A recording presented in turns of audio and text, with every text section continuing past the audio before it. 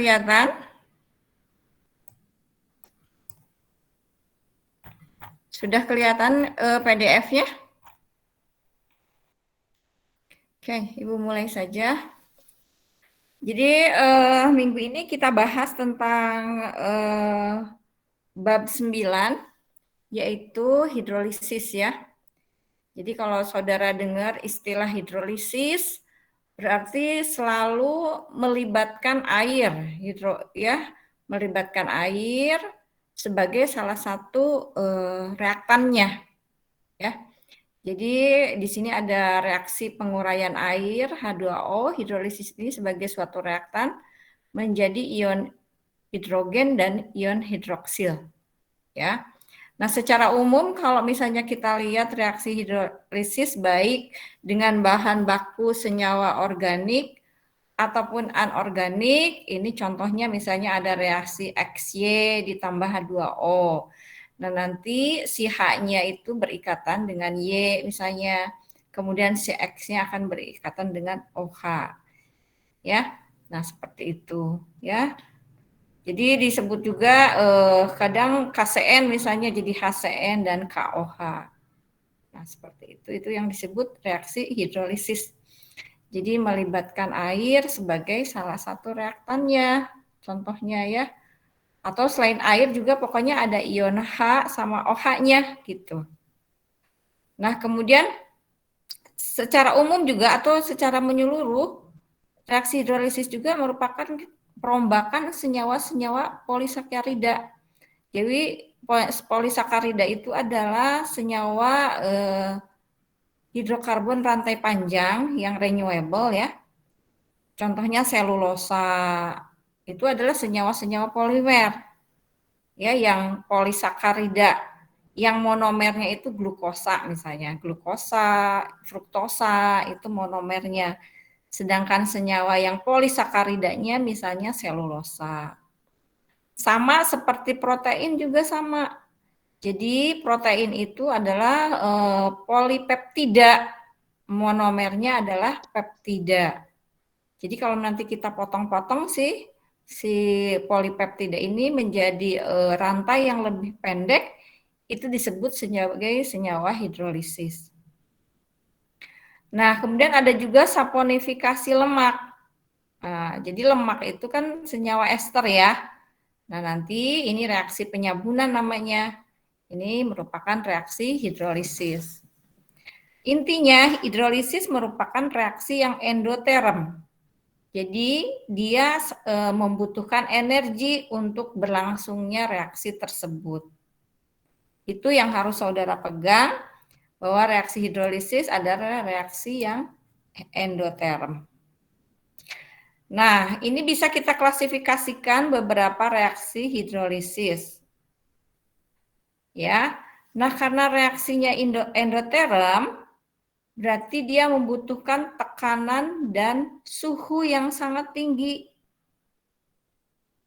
Ya, tergantung daripada jenis bahan baku yang kita gunakan. Semakin susah bahan baku itu dipotong rantainya, maka tekanan dan suhu yang dibutuhkan juga akan semakin tinggi. Gitu. Sebentar ya.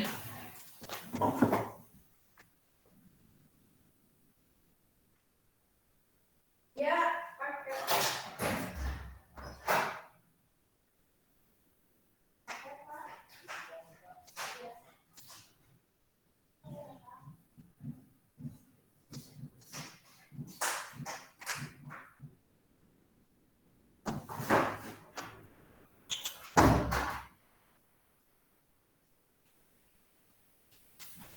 sebentar ya. Tadi ada paket, nggak ada orang di rumah.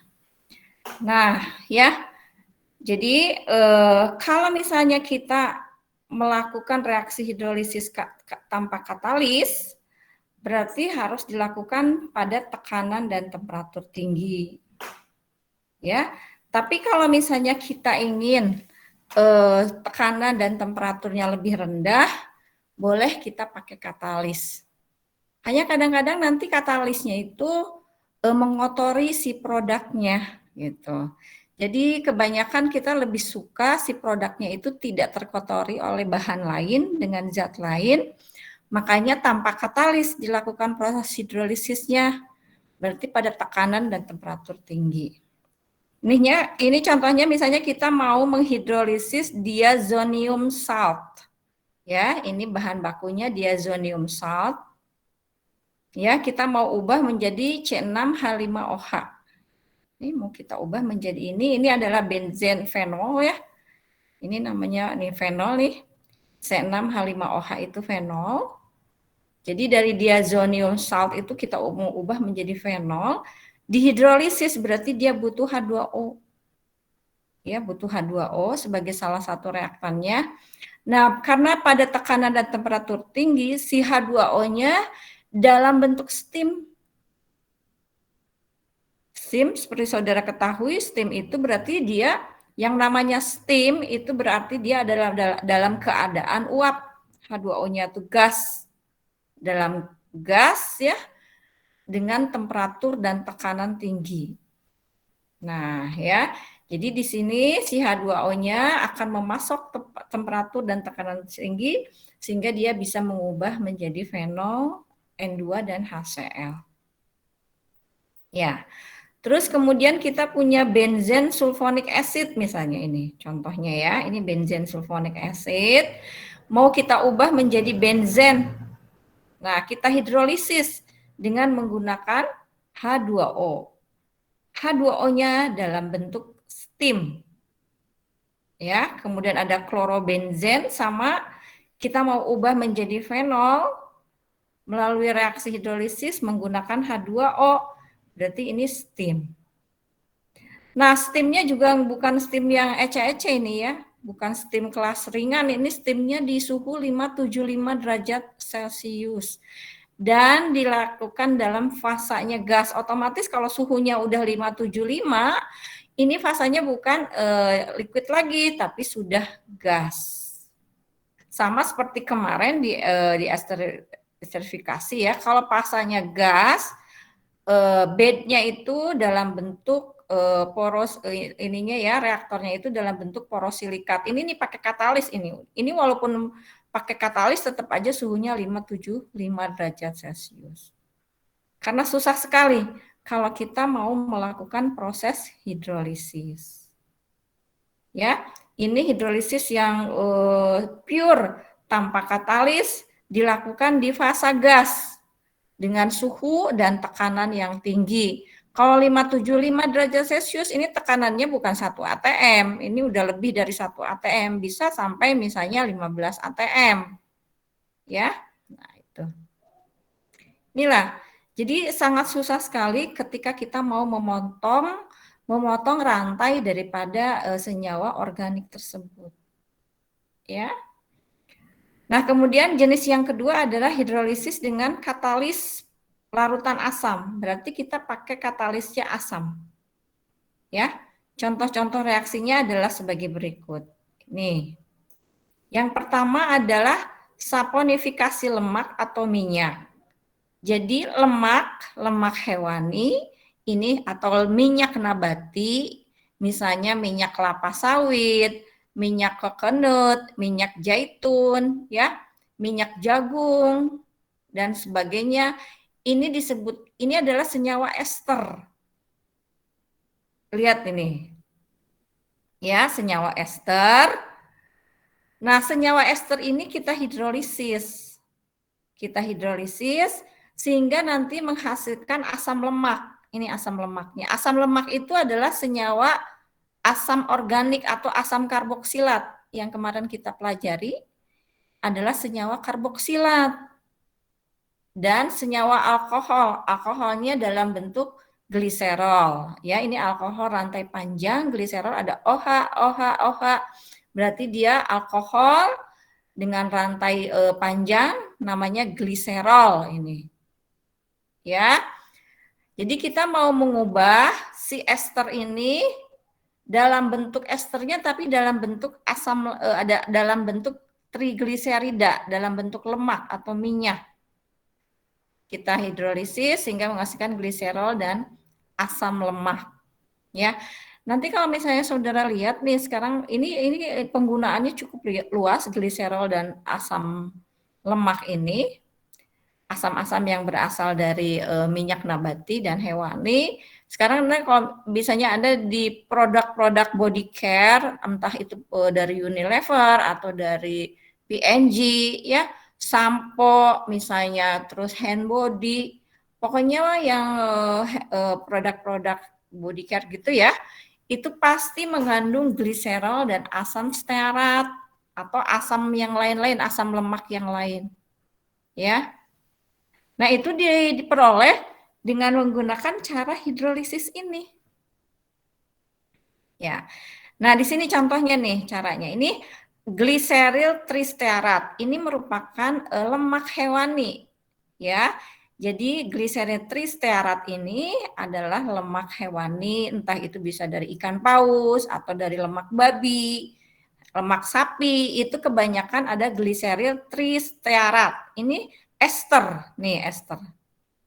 Ester rantainya panjang, ya, C17H35, ya, ini COO, ini R aksennya. Jadi boleh ini R-nya atau ini R aksennya. Karena kalau ester itu R, COO, R aksen. Nah, gitu. Ya. Tapi bentuknya ini gliseril tristearat. Nah, C17 di sini, ya. Nah, ketika dia direaksikan dengan H2O, nanti si rantai ini akan putus ya, sehingga menghasilkan asam lemaknya. Asam lemaknya apa? Di sini karena stearat, maka asamnya asam stearat. C17H35COOH. Ini adalah asam organik atau asam karboksilat. Ya, nanti si asam lemaknya itu tergantung daripada ininya minyaknya atau lemaknya yang kita pakai gitu. Kalau minyaknya hewani kayak gini yang dari lemak ikan paus atau minyak babi gitu ya, nah kita akan dapatkan asamnya asam stearat.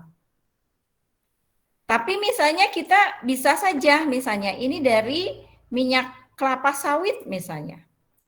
Nah, nanti Anda lihat komposisi minyak kelapa sawit itu banyaknya gliseril tripalmitat.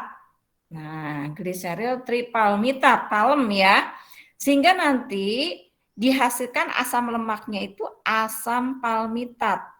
CH3, CH12, C214. Jadi kalau gini C14, jadi C15 ini ya. C15 COOH. Nah, ini asam palmitat. Dan kemudian kalau misalnya Anda pakai minyaknya minyak zaitun, maka nanti si asam organik hasil hidrolisisnya itu kebanyakan asam oleat. Ya. Kemudian kalau pakai minyak coconut, minyak kelapa, coconut, itu kebanyakan nanti hasil hidrolisisnya itu asam linoleat. Ya. Tapi dalam satu misalnya minyak kelapa sawit misalnya, tidak hanya ada asam palmitat saja. Ada juga asam oleat dan asam linoleatnya ada. Tapi komposisi asam palmitatnya itu lebih banyak. Ya. Jadi kandungan asam palmitat itu akan membentuk si ester daripada minyak tersebut. Tuh, ya. Nah, nanti misalnya ini kalau misalnya minyak kelapa sawit berarti ininya C15. Gitu ya. C15, terus misalnya ada ini juga C15, terus ada di sini asam oleatnya misalnya. Ya, di sini berapa C-nya dihitung aja di sini berapa kalau asam oleat. Nah, gitu. Di sini jadi variasi. Tapi kebanyakan itu dibentuk oleh asam palmitatnya kalau minyak kelapa sawit. Ya. Jadi Ibu ulangi lagi, saponifikasi lemak hewani ataupun nabati itu akan menghasilkan gliserol dan asam stearat. Nah, ini pakainya katalis. Katalisnya bisa menggunakan katalisnya asam boleh, sehingga nanti temperatur dan suhunya tidak terlalu tinggi. Ya. Nah, kemudian contoh lain, misalnya ini hidrolisis ester menjadi asam karboksilat dan alkohol. Ini sama, ini ester yang sederhana, bukan ester dalam bentuk gliseril, bukan ya.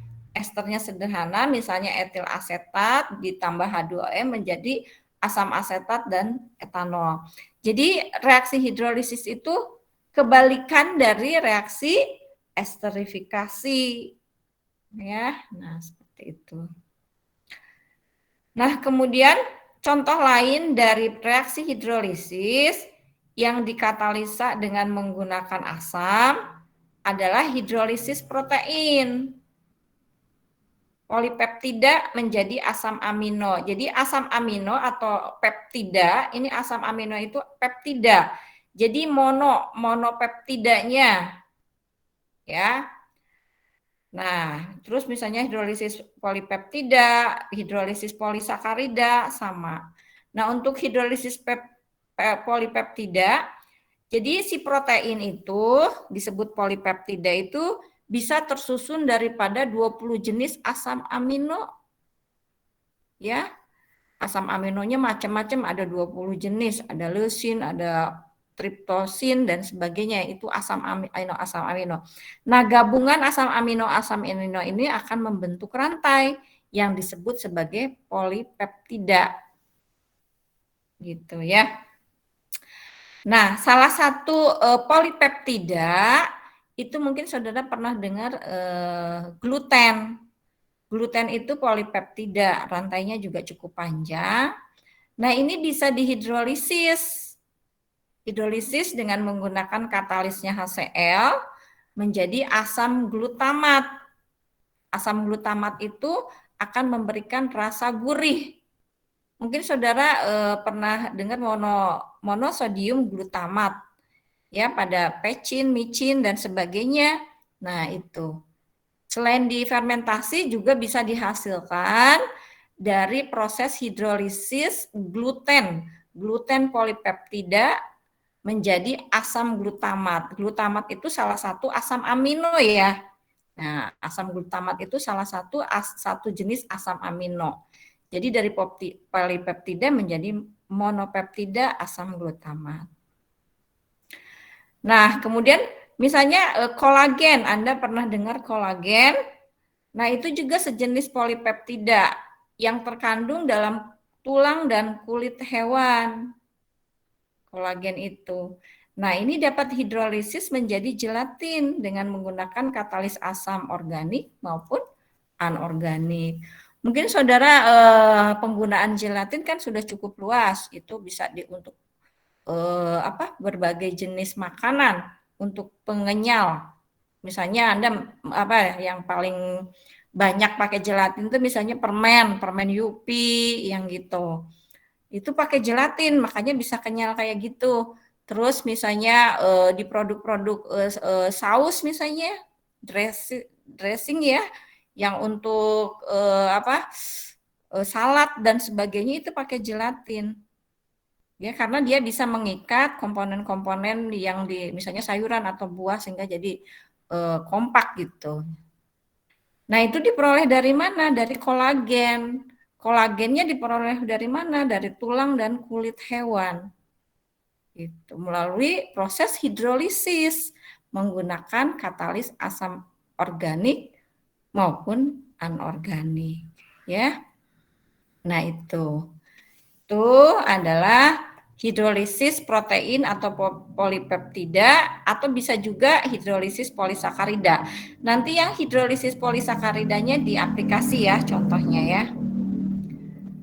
Nah, kemudian ini ada mekanisme reaksi hidrolisis dengan menggunakan katalis asam. Ya. Nah, ini diwakili oleh senyawa ester aja yang mudah tadi. Jadi ester ditambah H2O hidrolisis menjadi asam karboksilat dan alkohol. Gitu ya. Nah, ini ada senyawa ester, R aksen COOR. Tadi kemarin ya. Nah, sama nanti si katalisnya itu akan menyumbangkan proton H+. Akan menyumbangkan proton H+, sehingga nanti menjadi suatu senyawa antara yang bermuatan. Nah, ketika telah menjadi senyawa antara yang bermuatan, ya, dia akan mudah bereaksi dengan reaktan yang lain. Nah, reaktannya adalah apa? H2O di sini. Reaktannya H2O. Ya. Nah, ini bereaksi nih, putus dulu ikatan yang paling ininya. Yang paling rendah energinya yaitu yang ikatannya rangkap. Nah, sehingga nanti ikatannya seperti ini. Ikatannya yang rangkap ini jadi putus. Satu ngikat H2O. Ya, nah seperti ini. Satu ngikat O, satu mengikat H2O. Nah, ini enggak stabil. Senyawa ini tidak stabil. Dia terus akan mencari kestabilan. Nah, dari sini senyawa ininya putus nih, OR ininya putus menjadi senyawa antara yang ini, kemudian karena ini putus, ini nyambung lagi ke sini jadi double, di sini ROH. Ini ROH-nya keluar nih, alkoholnya keluar, ya. Nah, alkoholnya keluar, kemudian nanti si katalisnya, H+ katalisnya akan keluar, akan lepas sehingga akan membentuk senyawa asam karboksilat. Nah, katalisnya keluar lagi, nanti dia akan menyerang senyawa ester. Terus menerus seperti itu, ya. Nah, ini mekanisme reaksi hidrolisis dengan katalis asam. Nah, penjelasannya Anda bisa lihat di sini, ya. Ini kan menjelas ini enggak terlalu ini, jadi bisa dipelajari, ini mudah ya. Yang penting ketika ada katalis, dia akan menyerang senyawa ester, sehingga senyawa esternya itu menjadi bermuatan. Ketika bermuatan, dia akan mudah bereaksi dengan reaktan yang lain, yaitu H2O. Ya, nah seperti itu. Ini adalah mekanisme reaksi hidrolisis dengan katalis asam. Nah, ini kemudian ada lagi reaksi hidrolisis dengan larutan basa pekat atau encer. Nah, kita bisa melakukan reaksi hidrolisisnya tidak pakai H2O tapi pakai larutan basa pekat atau encer. Ya.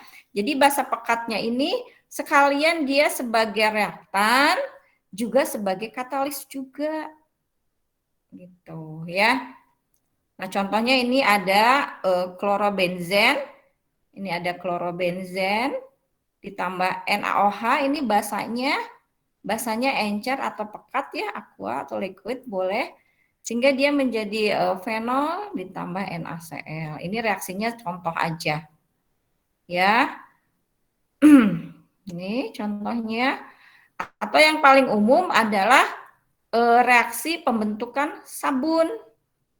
Nah, untuk reaksi pembentukan sabun, karena dihidrolisisnya dengan menggunakan larutan basa, yang bisa berfungsi juga dia sebagai katalis, juga sebagai reaktan, ini enggak terlalu tinggi reaksi hidrolisisnya, hanya sekitar 80 derajat Celcius. Ya. Nah, ini contohnya Anda punya asam lemak, gliseril tristearat. Ya. Nah, kemudian saudara lakukan proses hidrolisis atau ini yang disebut proses penyabunan dengan menggunakan NaOH sehingga dihasilkan gliserol dan natrium stearat. Ini yang disebut sebagai sabun. Sabun mandi. Nah, sabun mandi ini terbuat dari apa? Dari minyak kelapa sawit atau minyak hewani. Jadi kalau misalnya di industri atau di negara-negara yang menghasilkan minyak dari paus gitu ya, di kutub gitu kan minyak atau lemak-lemak pausnya itu banyak. Nah, mereka bikin sabunnya dari lemak lemak paus. Tapi kalau kita karena di kita banyak minyak kelapa sawit, maka kita bikin sabun itu sabun mandi ya. Sabun mandinya itu dari minyak kelapa sawit yang ditahidrolisis menggunakan NaOH ya, larutan NaOH sehingga nanti menghasilkan garam ya C17H13COO Na. Jadi garam dari asam organiknya yaitu natrium stearat. Ini yang disebut sabun mandi dan dihasilkan gliserol. Ya. Nah, otomatis kalau misalnya nanti bahan bakunya dari bahan bakunya dari minyak kelapa sawit, ini nanti rumusnya bukan C17H35, tapi ininya adalah palmitat, ya. Asamnya itu adalah asam palmitat, bukan asam stearat. Gitu, ya. Nah, ini reaksinya adalah seperti ini, mekanisme reaksinya. Sama ini ada senyawa ester, nanti si OH minusnya ini akan menyerang senyawa esternya, ya senyawa esternya sehingga membentuk senyawa antara. Ini yang diputus ini yang ininya dulu, ya yang rantai ininya double-nya. Nah, sehingga dia akan memegang OH-nya. Nah, kemudian nanti si OR-nya ini akan lepas, ya. OR-nya lepas. Ini membentuk senyawa ini. Nah, kemudian nanti ada OH minus lagi, ya. Kemudian dia akan bereaksi lagi dengan yang ini, COOR-nya ini ya. Nih, bereaksi lagi dengan yang ini nih, ya. Sehingga membentuk, jadi ini ada, kita bisa pakai yang ini atau pakai yang ini gitu. Ininya mekanisme reaksinya tuh posisinya bisa seperti ini, bisa juga yang seperti ini. Ini OH minus kan sama aja, membentuk atau menyerang si esternya sehingga membentuk senyawa antara ini. Jadi mekanisme reaksinya bisa dijelaskan pakai yang pertama atau pakai yang kedua, ya. Nah, sehingga akan menghasilkan RCOOH ditambah OR minus ya. Nah, nanti ini kan RCOOH ditambah OR minusnya. Nah, nanti si H yang ada di sini ya, itu akan ketarik oleh OR ini menjadi ROH. Sehingga si ini kekurangan jadi ini apa? Minus muatannya, masih minus muatannya, ya. Nah, ini RCOO. Nanti RCOO-nya ini akan mencari Na plus-nya. Na plus hasil dari penguraian NaOH. Sehingga nanti jadi RCOONa. Gitu. Ya. Nah, ini kondisi yang seperti ini kan tidak stabil. Ini tidak stabil. Ya, dia akan terus mencari pasangannya sampai memang stabil. Seperti ini OR muatannya kan ini ada negatif, sehingga akan mencari H di sini. H dari sini akan ketarik oleh OR-nya, sehingga RCOOH-nya menjadi bermuatan negatif. Nah, ketika dia bermuatan negatif, dia akan mencari yang muatannya positif. Di sini ada apa? Adanya Na. Berarti ini RCOONa. Gitu. Ini jadinya natrium stearat atau natrium palmitat, natrium oleat. Kalau misalnya dia hasil daripada minyak zaitun, misalnya natrium linoleat, kalau misalnya dari minyak coconut. Nah itu, jadi cara bikin sabun adalah dengan mereaksikan si bahan bakunya ester dalam bentuk minyak nabati maupun hewani dengan NaOH ya, NaOH sehingga menghasilkan garam daripada asam karboksilatnya dan gliserol. Ya, alkohol dalam bentuk gliserol. Nah, ini penjelasannya. Ini silakan saudara baca, mirip seperti yang tadi Ibu jelaskan. Nah, ini aplikasi hidrolisisnya banyak ya. Sampai di sini ada dulu yang mau ditanyakan. Ada yang mau tanya enggak? Sampai di sini, silakan. Sebelum Ibu jelaskan ke aplikasi. Silakan, ada yang mau tanya?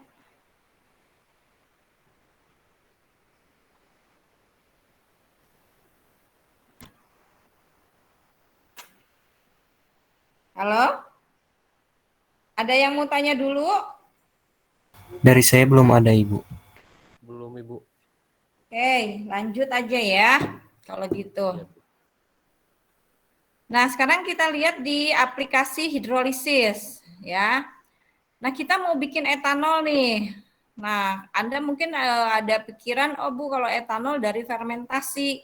Kalau etanol dari fermentasi, itu nggak mencukupi kebutuhan industri.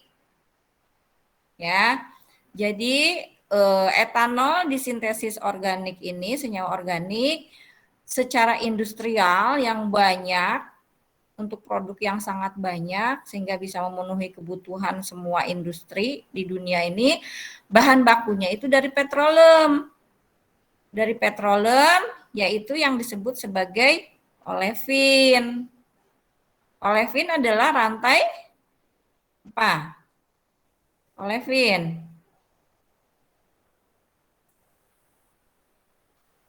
Apa? Alkana, alkena atau alkuna?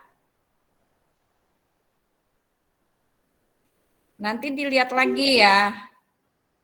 Apa? Alkana, alkena atau alkuna? Alkena, Bu. Ya. Jadi olefin itu alkena ya.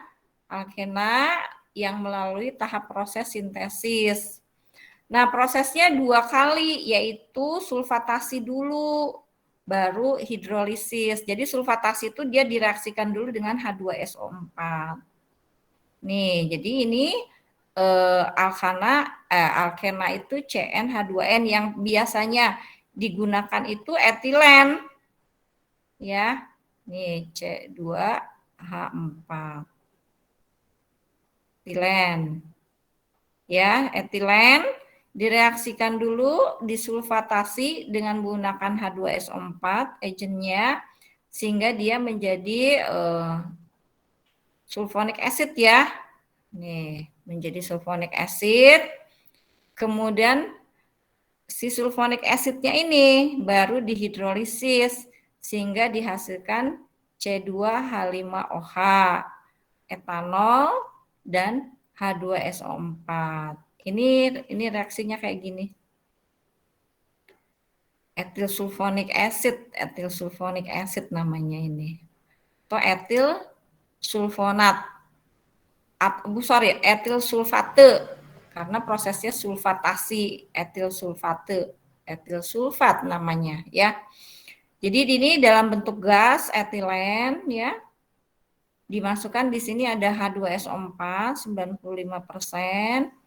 Ya, suhunya tinggi 300 derajat Celcius, tekanannya 2000 PSI. Nanti coba Anda ubah nih 2000 PSI itu ke ATM tuh berapa ATM. Ya. Nah, kemudian menjadi etil sulfate, kemudian dihidrolisis dengan H2O sehingga dihasilkan produk etanol dan H2SO4. Nanti etanol dan H2SO4-nya dipisahkan di kolom stripping. Nah, itu. Jadi etanol itu di industri diperoleh dari etilen. Prosesnya disebut etil hidrogen sulfat. Ya. Via etil hidrogen sulfat prosesnya. Jadi melibatkan 2 proses yaitu sulfatasi dan hidrolisis. Nah, tapi ada yang di shell proses, jadi kan ada industri minyak shell ya. punya Amerika itu, dia juga menghasilkan etanol melalui via direct hydration, ya, menggunakan katalis H2PO4. Ini menggunakan katalis H2PO4. Nah, ini sama dari etilen ditambah H2O menjadi C2H5OH. Cuman dia reaksinya jadi sangat eksoterm ini, ditambah 19.000 BTU per pound mol. Ini prosesnya hidrolisis. Ya, ini membutuhkan peralatan dan peralatan yang sangat teknologi yang modern karena harus mampu menangani energi sebesar ini, ya.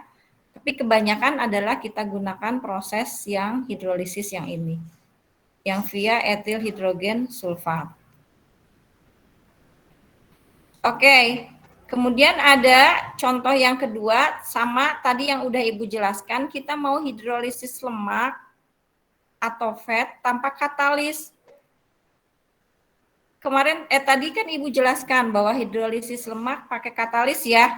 Yang Ibu jelaskan itu menjadi gliserol dan asam karboksilat. Nah, kita bisa menggunakan hidrolisis hidrolisis lemak ya. Lemak itu ester dengan tanpa katalis. Seperti tadi, kalau misalnya tanpa katalis berarti kita membutuhkan suhu dan tekanan yang tinggi. Nah, ini bentuk reaktornya kayak gini nih. Ya, bentuk reaktornya kayak gini. Nih, dia karena butuh suhu dan tekanan yang tinggi, ini berarti di pemanasannya menggunakan steam dengan tekanan 800 psi. Ini tinggi banget nih tekanannya. Jadi dipanaskan dengan suhu dan tekanan yang tinggi. Ya. Nah, di sini ada lemak. Ya, boleh pakai lemak. Misalnya di sini kalau di Indonesia pakainya minyak kelapa sawit misalnya. Nah, ini minyak kelapa sawit masuk dulu di deaerator. Deaerator itu dihubungkan dengan vakum supaya apa? Oksigen yang terkandung di dalam minyaknya itu hilang atau teruapkan. Kenapa? Karena apa? Karena kalau misalnya oksigennya ada di dalam lemak, nanti akan memicu reaksi oksidasi, sehingga nanti lemaknya menjadi tengik. Ya. Nah, dia dimasukkan di suhu 60 derajat Celcius atau 140 derajat Fahrenheit dari bawah. Masuk ke dalam reaktornya bentuknya kolom. Kolom dengan tinggi 70 feet dan diameter 3 feet. Ya, 1 meter itu 3 feet. Kurang lebih. Jadi ini diameternya 1 meter, ya. Kemudian tingginya 70 feet, bagi 3 aja, jadi dapat berapa tuh? Ya, sekitar 23 atau 22 ya. 22 meter ininya tingginya, kolomnya itu. Tinggi banget ya. Nah, ini sebagai salah satu reaktannya yaitu water, air. Karena hidrolisis salah satu reaktannya adalah air. Nah, dia masuk dulu ke demineralizer. Jadi tidak boleh mengandung mineral-mineral. Jadi dia masuk ke ion exchange dulu. Supaya apa? Supaya kayak ion-ion Na, Na, Ca, kemudian ada ion-ion nitrat, ion-ion fosfat yang ada dalam air itu hilang. Karena kalau misalnya masih ion-ionnya masih banyak mengandung ion, airnya itu akan mengganggu proses hidrolisis. Ya, itu kalau air proses itu seperti itu. Jadi air yang mau digunakan dalam proses itu harus masuk dulu, harus dihilangkan dulu ion-ionnya. Makanya Anda mungkin dengar air demineralisasi. Nah, itu air yang tidak mengandung ion-ion mineral, tidak mengandung ion-ion mineral, misalnya Ca, Na, Mg. Nah, kemudian sama juga di deaerasi supaya dia hilang oksigennya, masuk lewat atas. Jadi di suhu berapa? 44 derajat Celcius. Nah, di sini dipanaskan dengan menggunakan steam, sehingga di dalam ini nanti terjadi proses hidrolisis yang akan mengubah menjadi gliserol dan asam lemak. Asam lemaknya keluar lewat atas, ini didekantasi, ya, sehingga dirubah menjadi asam lemak. Nah, kalau misalnya masih ada gliserol yang ikut, pas didekantasi nanti di gliserolnya akan di bawah, ya. Nah, dari bawah ini ada gliserol. Nah, ini nanti keluar dan ditampung, ya. Nah, seperti ini. Ini jadi temperaturnya hidrolisis tower itu 700 PSI dengan menggunakan pemanas steam itu, sehingga kondisi operasi di sini ada 700 PSI, temperaturnya 485 derajat Fahrenheit. Silahkan saudara konversi ke derajat Celcius berapa. Ini tinggi banget, ya. Tinggi sekali. Nah, ini. Nah, di Indonesia, industri ini walaupun kita penghasil kelapa sawit terbanyak, industri ini belum banyak, hidrolisis ini belum banyak. Sehingga kita ekspor CPO-nya, dan nanti kita impor fatty acid sama gliserolnya. Jadi kayak pabrik-pabrik Unilever, PNG, pokoknya semua pabrik-pabrik yang membutuhkan gliserol dan fatty acid itu impor, sementara kita malah ekspor si CPO-nya, minyak kelapa sawit, karena di Indonesia belum banyak industri ini, ya. Ini mulai dikembangkan di industri ini seiring dengan mulai maraknya atau kita bikin bahan-bahan yang berasal dari minyak kelapa sawit, misalnya biodiesel, ya.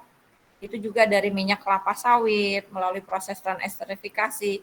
Nah, ini kita melalui proses hidrolisis kita bisa ubah si minyak kelapa sawit itu menjadi asam-asam anorganik, asam-asam karboksilat, asam palmitatnya ada, kemudian asam linoleatnya ada gitu. Jadi nanti kita dapatnya asam palmitat yang banyak, ya. Nah, itu.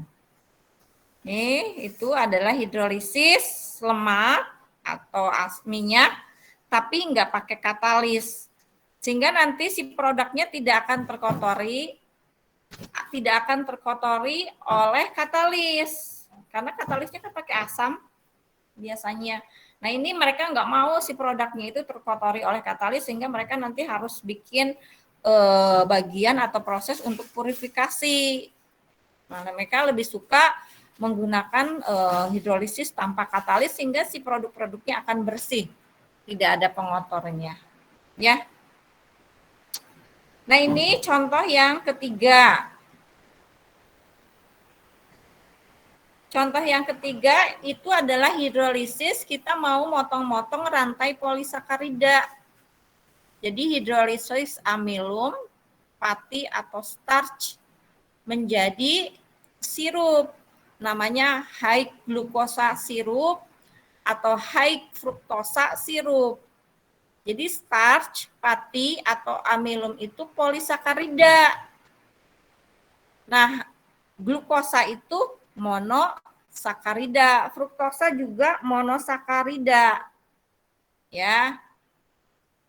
Dalam bentuk sirup namanya sirup HGS dan sirup HFS.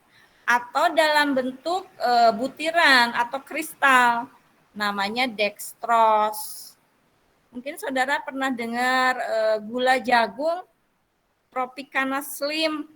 Nah, itu gula yang berasal dari tepung jagung yang dihidrolisis menjadi dextrose atau glukosa di sini, ya, dalam bentuk ini kristal. Nah, itu Jadi itu bukan gula yang berasal dari tebu. Kalau gula yang berasal dari tebu itu disakarida, sukrosa itu disakarida. Itu nggak dihidrolisis kalau gula tebu. Gula tebu tuh prosesnya diekstraksi. Diekstraksi dari tanaman tebu yang mengandung sukrosa. Ya. Hanya sukrosa itu tidak memenuhi, gula tebu tuh tidak bisa memenuhi kebutuhan industri ini ya, industri semua industri makanan atau minuman yang membutuhkan pemanis. Ya. Sehingga supaya murah ini kita harus punya pemanis yang murah. Kalau pakai sukrosa itu nanti jatuhnya si produknya jadi mahal. Makanya kalau misalnya ada sirup nih, sirup dengan menggunakan gula pasir atau gula tebu itu disebutkan karena memang itu spesial si sirupnya itu ya. Karena kebanyakan sirup itu pasti pakai pemanisnya itu HGS atau HFS ya. Nah, sama hidrolisisnya endoterm. Jadi ini starch atau amilum ditambah H2O, ditambah katalis ya, masukkan katalis, kemudian ada energinya karena endoterm sehingga dia akan menjadi banyak satuan glukosa. Dextrosa, contohnya dextrosa itu monosakarida ya, glukosa. Maltosa juga monosakarida. Isomaltosa, maltosa sama, cuma strukturnya dalam bentuk iso ya.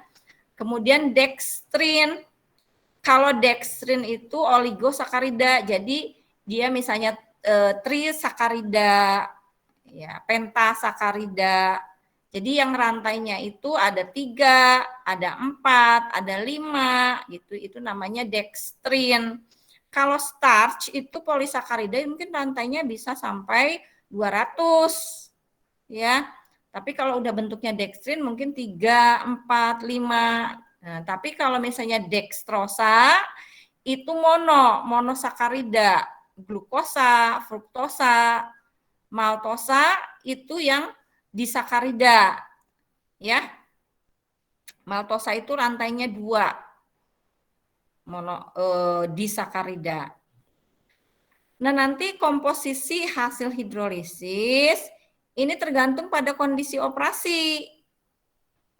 Jadi sebanyak mana nanti misalnya monosakarida yang dihasilkan, sebanyak mana disakarida yang dihasilkan gitu. Tergantung dari kondisi operasi. Contohnya konsentrasi starch, waktu reaksinya, kemudian suhu reaksi dan jumlah katalis yang digunakan.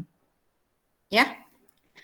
Nah, amilum atau starch itu jadi ada 2 jenis polisakaridanya yaitu amilosa dan amilopektin.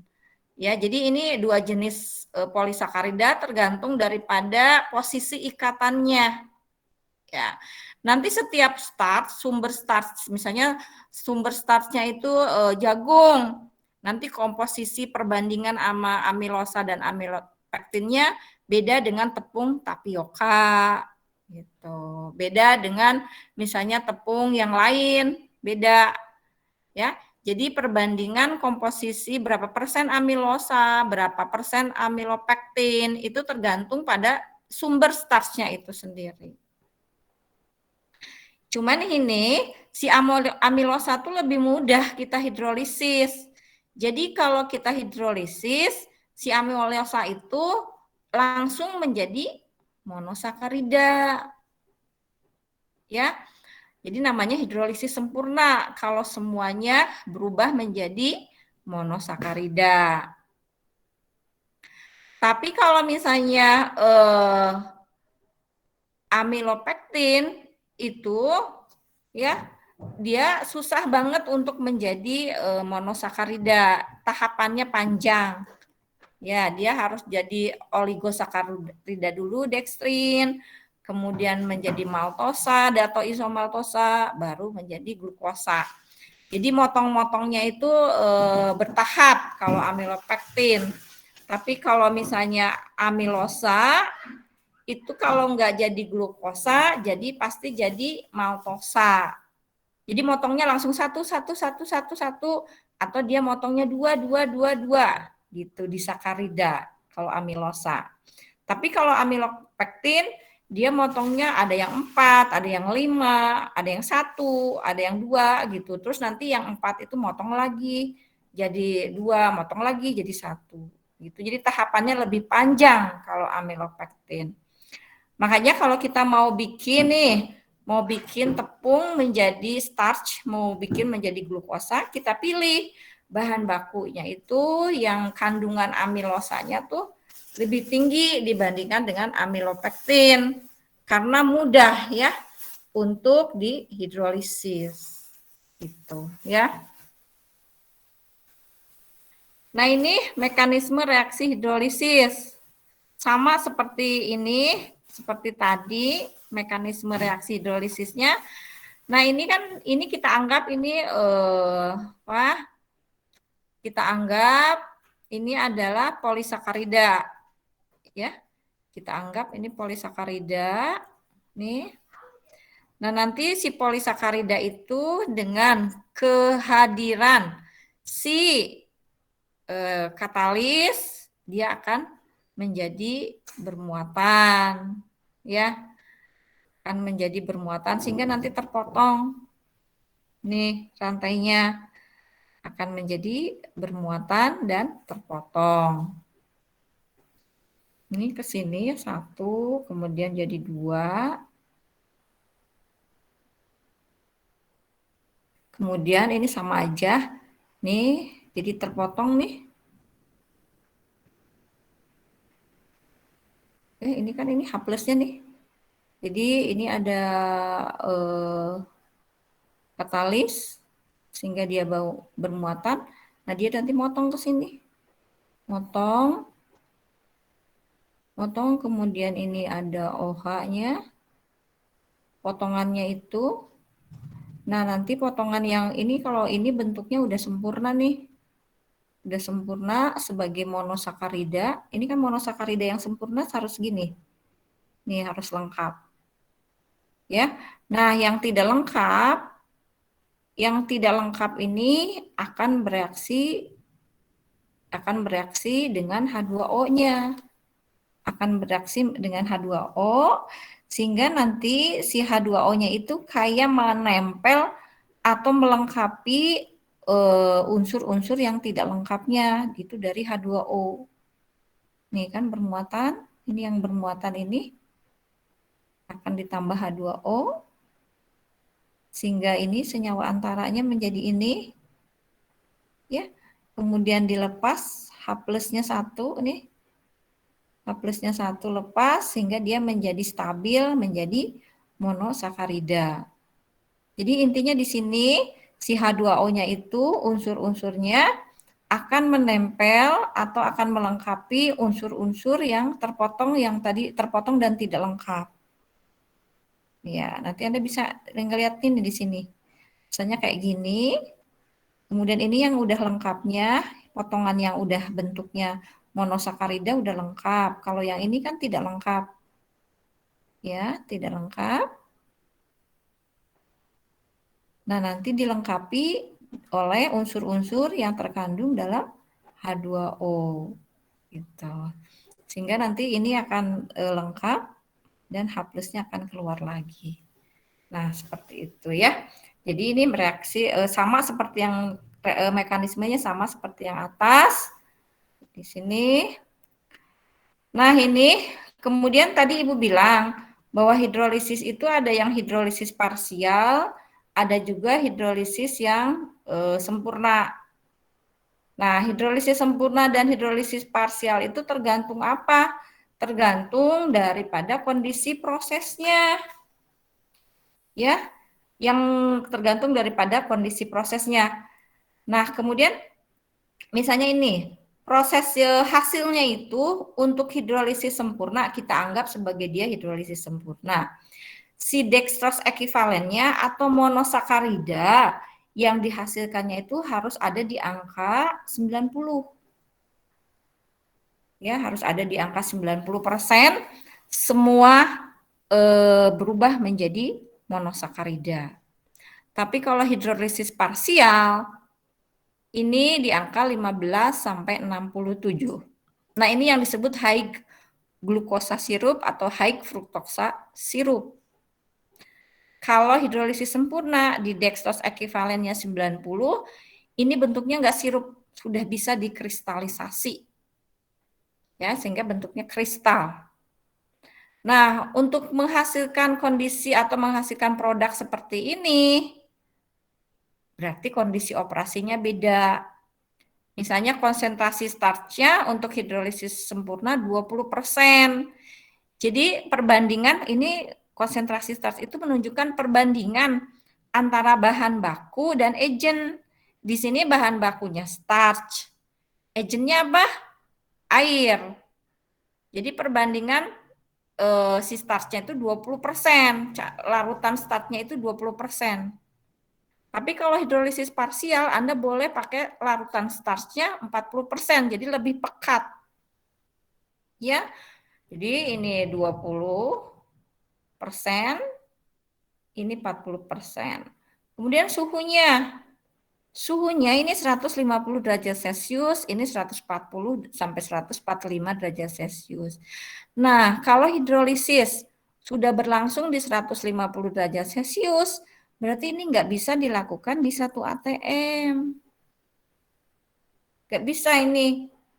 Waktu reaksi untuk hidrolisis sempurna bisa harus lebih lama, karena kan mau sempurna ya, mau semuanya berubah menjadi monosakarida.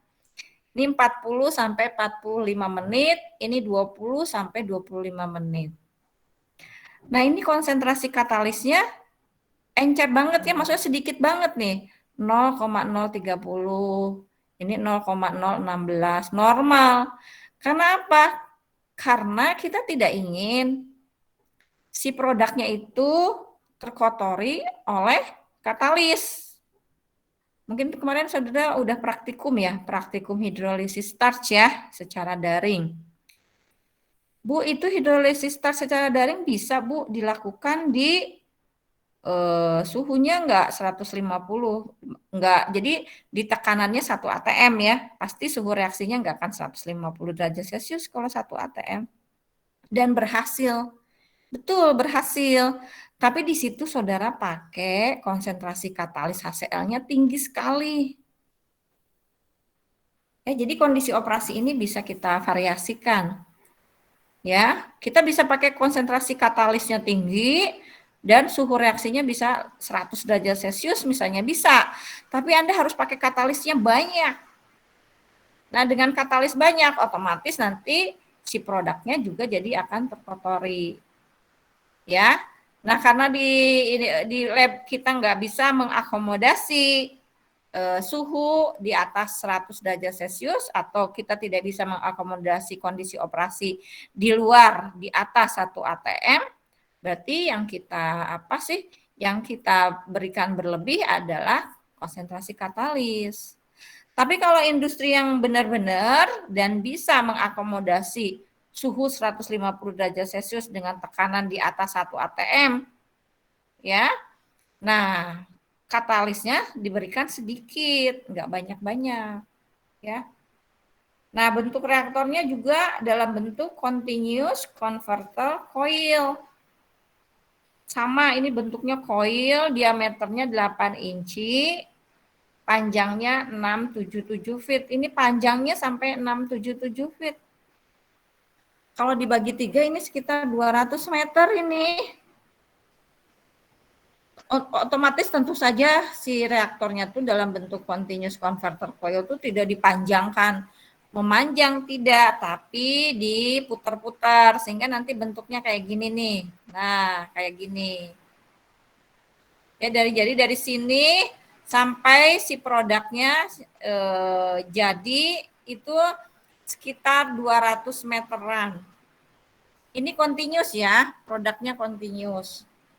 Ya. Nah, ini kondisinya di sini temperaturnya sekitar 140 sampai 150 derajat Celcius tergantung daripada pesanan bentuk daripada ininya produknya apa gitu. Nah ya, jadi ini ada heavy starch-nya, jadi starch yang ininya converter starch-nya, kemudian di sini ada esitennya untuk apa? Katalisnya. Nah, di sini kemudian ada waternya, ada air. Jadi starch yang masih kental dicampur dengan air, kemudian diaduk di sini nih ada pengaduknya sama katalisnya diaduk di sini. Ini udah ada air, udah ada starch, ada katalis, tapi ini belum bisa bereaksi karena suhunya belum tercapai, ya. Nah, belum tercapai, kemudian baru dipompa di sini. Dipompa, ya. Dipompa, dimasuk ke entry chamber dulu, kemudian dipompa ke reaktornya. Nah, di sini bentuknya masih larutan starch, nanti keluar dari sini udah dalam bentuk sirup. Ya, sirup daripada glukosa. Nah, ini. Nah, ini nanti macam-macam kualitas produk hidrolisisnya dilihat dari prosesnya. Ini misalnya Anda ingin dextrose ekivalennya 90 ya. Namanya dextrose, produk hidrolisis namanya dextrose. Nah, ini pakai katalisnya H2SO4 supaya apa? Supaya cepat, kan H-nya ada 2 ya. Cuman konsentrasinya segini encer ya. Nah, waktu tinggalnya atau waktu reaksinya itu 18 menit. Suhunya 158 derajat Celcius. Jadi dari sini masuknya 20% starch, keluar sudah dalam bentuk sirup dextrose, sirup glukosa. Ya, sirup glukosa yang kandungan monosakaridanya itu 90%. Nanti tinggal masuk ke bagian kristalisasi. Bisa dikristalisasi, ya. Nah, nanti kalau bentuknya sirup HGS atau HFS. Nah, ini dengan waktu tinggalnya nggak terlalu lama. Katalisnya juga berbeda HCl. Waktu tinggalnya nggak lama, ya. Ini 13, ini 10,5. Suhunya juga lebih pendek. Sehingga nanti dextrose ekivalennya itu hanya 58 sama 42. Bentuknya sirup. Kalau ini udah bentuknya bisa ada kristal-kristalnya ya. Ini bentuknya sirup, ini nggak bisa dikristalisasi. Ya, nanti sirup ini didistribusi ke industri-industri yang membutuhkan, itu lewat tangki-tangki seperti kita ngirim bahan bakar itu. Lewat tangki-tangki, truk tangki yang berisi HGS dan HFS, nanti dikirim ke pabrik-pabrik. Nah, kalau misalnya DE-nya 16 dan 5, bentuknya nanti enggak sirup, tapi bentuknya pasta. Ya, karena masih mengandung starch ya, masih mengandung si starch-nya, cuma starch-nya udah rasanya udah manis-manis gitu, karena udah ada monosakarida dan disakarida. Oh iya kan, starch itu enggak ada rasanya ya, enggak ada manisnya, tapi ketika sudah berubah menjadi monosakarida itu rasa manisnya akan berubah menjadi manis rasanya. Nah ini nanti mau berapa, produknya mau apa, DE-nya mau berapa, tergantung nanti kondisi operasinya. Jadi kondisi operasinya akan menyesuaikan dari produk yang diinginkan oleh pengguna. Nah, itu contoh selesai ya. Contoh aplikasi daripada proses hidrolisis. Sampai sini ada yang mau ditanyakan? Silahkan kalau mau tanya. Silahkan. Boleh Anda tanya misalnya tentang praktikum hidrolisis yang sudah saudara kemarin secara daring misalnya. Silahkan ditanyakan. Dikaitkan dengan ini teori daripada hidrolisis ini. Silakan.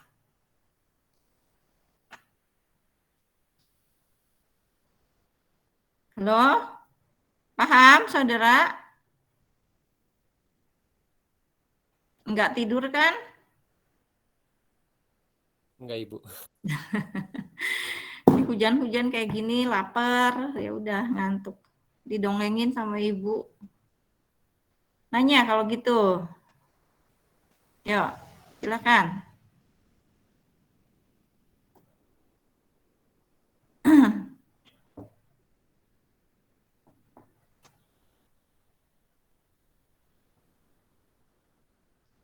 Paham? Kayaknya nggak ada yang nanya, paham semua ya.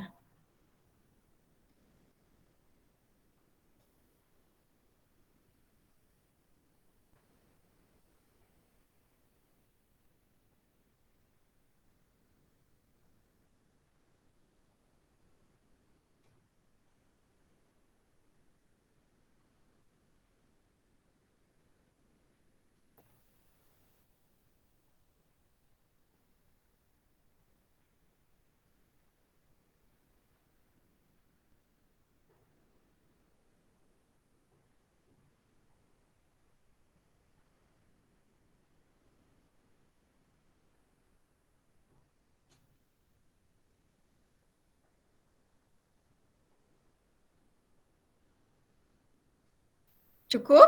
Nggak ada pertanyaan?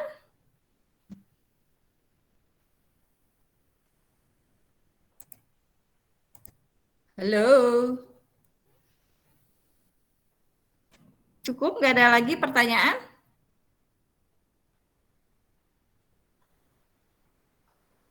Cukup, Ibu. Sebenarnya ada yang bingung, tapi gimana, Bu ya? Tanya aja, nggak apa-apa. Pertanyaannya nanti ibu lurus-luruskan pertanyaannya. Ya. Boleh Ini, aja. oh ya, aku tuh sebenarnya tadi pertanyaannya di awal-awal yang itu yang sebelum Ibu pindah ke mana itu pembahasannya. Iya, nggak Apa di apa-apa. awal terus Ibu lanjutin dulu, aku tuh mau nanya nanti, tapi lupa lagi. Tapi tadi di pembahasan apa ya, Bu? Namanya tuh Apa? setelah Ibu ngebahas tentang Mekanisme reaksi. sebelumnya, Ibu, apa ya tadi? Lupa. Hidrolisis tanpa katalis.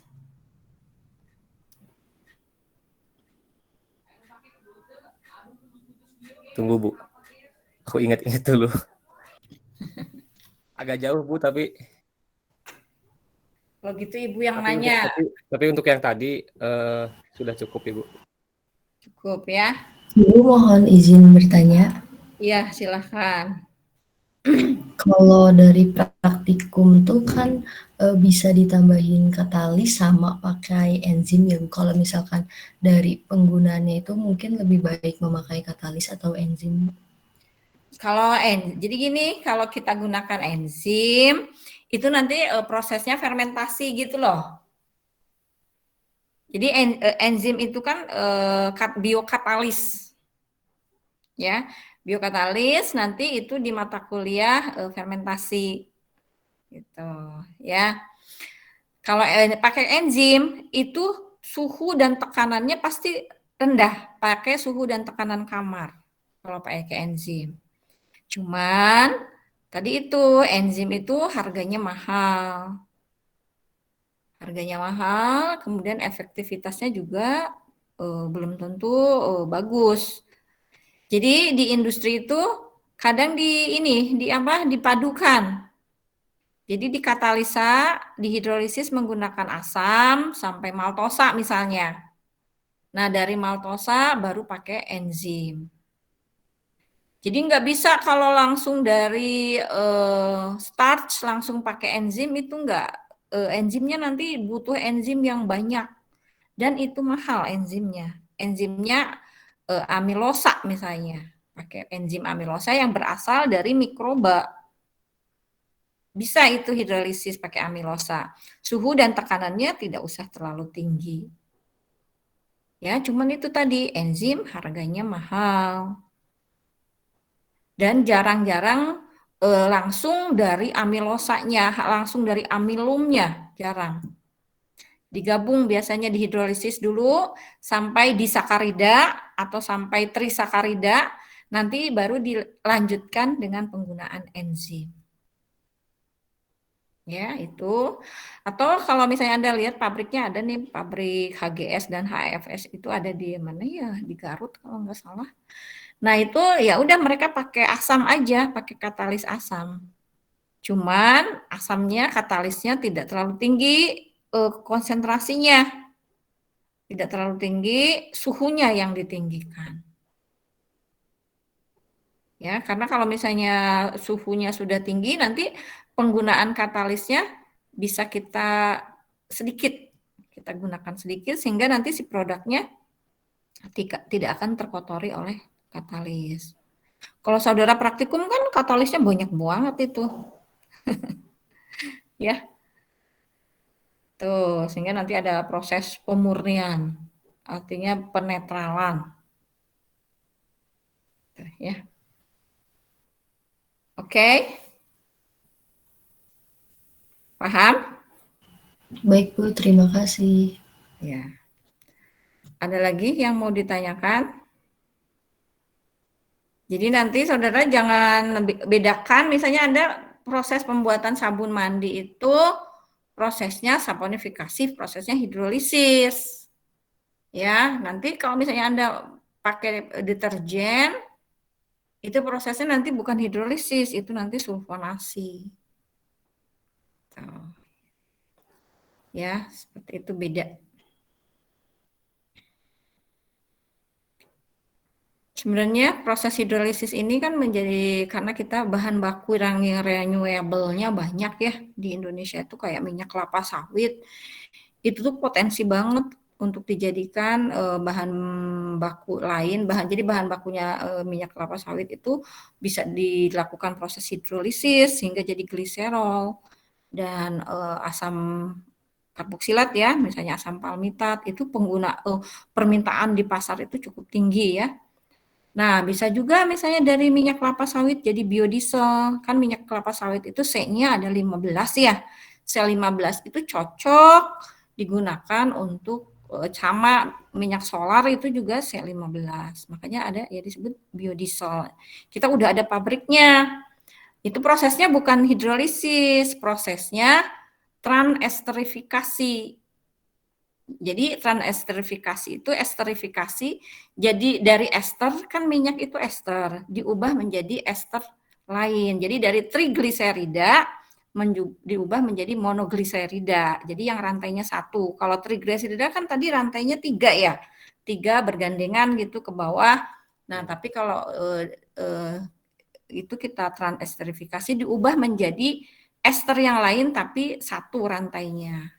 Nggak bergandengan, bukan trigliserida. Itu. Dan C-nya untuk minyak kelapa sawit itu C-nya 15 itu cocok untuk biodiesel. Bu, kalau dari minyak kelapa sawit mau diubah menjadi bensin misalnya bisa asal ada teknologinya. Jadi kita harus motong sehingga si rantainya bisa C-nya itu kalau untuk bensin kan C-nya itu 8 isooktan ya. 8. Nah, itu bisa dipotong-potong dibentuk iso. Nah, itu untuk bikin biodiesel itu butuh katalis. Jadi proses transesterifikasi itu bahan bakunya minyak kelapa sawit. Terus reaktannya atau agentnya itu metanol. Tetap aja harus ada agentnya metanol. Nah, itu juga butuh karena endoterm kan, berarti butuh tekanan dan suhu yang tinggi. Nah, supaya tekanan dan suhunya yang tinggi itu tidak terlalu, maksudnya kita susahkan itu energi juga. Nah, kita butuh katalis. Nah, katalisnya itu kita sudah punya. Namanya katalis merah putih. Itu yang buat itu dosen ITB. Namanya katalis merah putih. Sehingga sekarang kita punya pabrik biodiesel.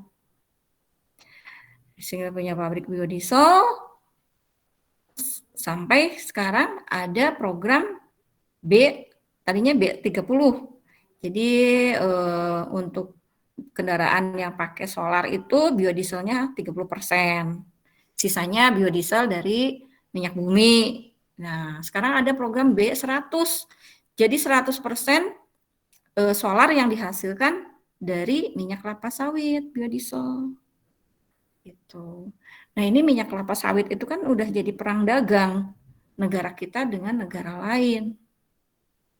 Apalagi sekarang Rusia sama Ukraina itu lagi perang kan, sehingga Rusia kan menahan minyak bumi mereka. Nah, sekarang mereka semua lari ke minyak kelapa sawit untuk bikin biodiesel. Makanya harga CPO, crude palm oil, itu lagi booming, lagi tinggi-tingginya. Harusnya kita bisa jadi negara kaya. Karena nggak semua daerah cocok ditanami minyak kelapa, ditanami tanaman sawit. Indonesia sama Malaysia yang produsen kelapa sawit tertinggi. Makanya kemarin heboh minyak goreng karena ada pengusaha-pengusaha perkebunan atau penghasil CPO, biasanya yang punya industri CPO itu pasti punya kebun kelapa sawit, itu lebih suka menjual CPO-nya keluar karena harganya sedang tinggi. Nah, itu. Sehingga nanti di sini CPO-nya yang diubah menjadi minyak goreng jadi sedikit, sehingga harganya naik. Ya, oleh karena itu kan ada oleh pemerintah dikasih kebijakan bahwa sebelum diekspor di dalam negeri harus dipenuhi dulu 30%. Tapi tetap saja ada ya oknum-oknum yang nakal, yang jahat, yang tidak nasionalisme tetap menjual keluar, sehingga kemarin minyak gorengnya jadi mahal. Ya, jadi sebenarnya kita tuh bisa bargaining position negara Indonesia sekarang sedang tinggi karena kita produsen minyak kelapa sawit terbesar di dunia. Gitu. Nah, orang-orang seperti saudara yang memahami proses perubahan kelapa sawit menjadi produk-produk lain yang bernilai tinggi, itu bisa saudara pahami, bisa saudara pelajari, sehingga nanti kalau Anda kerja di industri, misalnya industri pengolahan kelapa sawit, saudara paham. Kayak gitu, ya. Ada lagi pertanyaan? Cukup. Cukup? Iya, Bu. Cukup, Bu. Oke. Kalau cukup, Ibu undur diri ya. Ibu istirahat 5 menit lah buat nanti kembali ke kelas yang TKPB sama 1 sih. Oke ya. Izin live Ibu ya. Assalamualaikum warahmatullahi wabarakatuh. Waalaikumsalam warahmatullahi wabarakatuh. Terima kasih. Waalaikumsalam warahmatullahi wabarakatuh.